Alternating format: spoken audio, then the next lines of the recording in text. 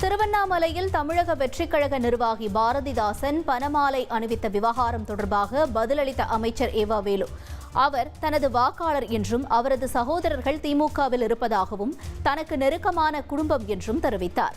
கோவை காந்திபுரம் பகுதியில் கட்டப்பட்டு வரும் நூலகம் மற்றும் அறிவுசார் மைய கட்டுமான பணிகளை பார்வையிட்ட பின்பு செய்தியாளர்களிடம் பேசிய அமைச்சர் இவ்வாறு தெரிவித்தார்.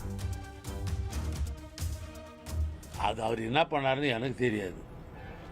என்னை பொறுத்தவரை அவர் என்னுடைய வாக்காளர். சென்ற முறை கூட அவர் எனக்கு ஓட்டு போட்டவர். இன்னும் சொல்ல போனால் அது கூட்டு குடும்பம். அவருடைய அண்ணன் தம்பிகள்லாம் திராவிட முன்னேற்ற கழகத்தில் இருக்கிறாங்க. இன்றைக்கும் அவருடைய அண்ணன் தம்பிகள் திராவிட முன்னேற்ற கழக பயணித்துக் கொண்டிருப்பவர்கள். எனக்கு நெருக்கமான குடும்பம்.